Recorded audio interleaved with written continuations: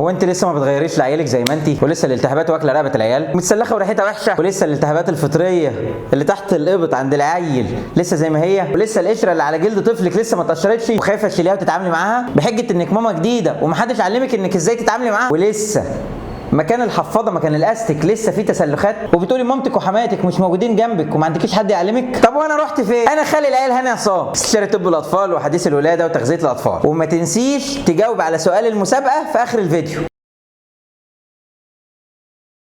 قعدنا نتخانق الفترة اللي فاتت، العيال تستحمى ولا ما تستحماش، ورجعنا تاني نفهم حضراتكم ان حتى لو ما بتعرفيش تدي شاور لعيالك حتة قماشة بمية وطبعا هتقومي بالواجب. ان انت هتبتدي بالتنايات، بداية من ورا الودان والرقبة، وتشدي كويس على الجلد وامسحي كويس بالقماشة، وده باستخدام صابون الترايتكت بيبي الاول، وكشفي الجلد كويس وانت بتنضفيه عشان خاطر الالتهابات ما تكترش عليه. وبعد غسيل وتنظيف وتنشيف الجلد بدهن كريم اوشي لامور بعد المسح على الجلد. استخدمي كريم اوشي لامور من 2 ل 4 مرات في اليوم بعد كل مرة نظافة لعيالك وبعد كل غيار. وخلي بالك النظافة حلوة، وفي الفيديو ده هعلمك كام حاجه ازاي تتعاملي فيها مع طفلك. لو بصيتي على رقبه البيبي من قدام هتشمي ريحه وهتشوفي لون احمر على الجلد مكان البافيتا. تحاولي بالراحه تمسكي رقبه النونو، معاكي قماشه بميه، ومع كل غيار صبح او ليل وتمسحي القماشه بميه، وبعدها تنشفي كويس، وبعدين هتدهني طبقه من كريم وش لامور على جلد طفلك زي ما هتشوفوا في المقطع اللي هيتعرض دلوقتي.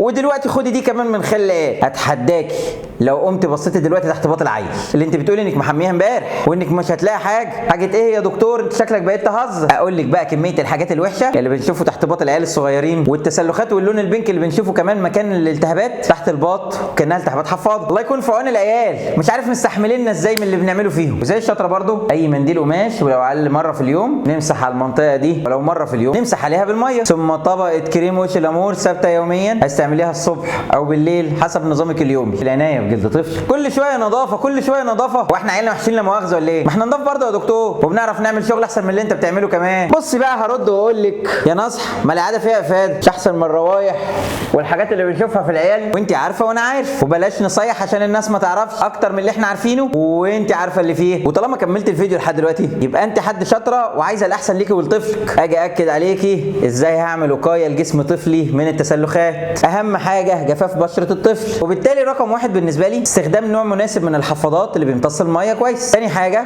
الغيار والتهويه باستمرار. ثالث حاجه الغسيل بميه وصابون الترايتكت زي ما شرحت لك اكتر من مره. وفي الاخر ادهن كريم الحفاض اوشي لامور مع كل مره غيار الحفاض. يعني الاول بغسل الطفل وبعمل تهويه وتجفيف كويس للمنطقه، واجيب كميه كويسه من الكريم وادهن على منطقه الحفاضه، وما انساش التنيات والمناطق المستخبيه زي بين الرجلين والمنطقه اللي من ورا. طب ليه في الفيديو برشح استخدام كريم اوشي لامور؟ عشان بيحتوي على تركيبه قويه لترطيب الجلد بالاضافه لزبده الشيا اللي بتعمل ترطيب قوي بيحمي الطفل من التسلخات، وكمان بتعمل طبقه عازله عشان تحمي جلد الطفل من الرطوبه والبلل لما الحفاضه تتملي. وينفع يندهن في التهابات حساسيه اللبن اللي الجلد بيبقى فيها اكزيما ومجلوف ومتشقق. والسؤال بقى اللي قلت هعمله مسابقه في اخر الفيديو وهعمل عليه هديه، ايه هي الاماكن اللي بنستخدم عليها كريم اوشي لامور في جسم الطفل وانا بغير له؟ سيب اجابتك تحت في الكومنتات وانا خالي العيال هاني عصام، واستنوني في فيديوهات جايه ان شاء الله.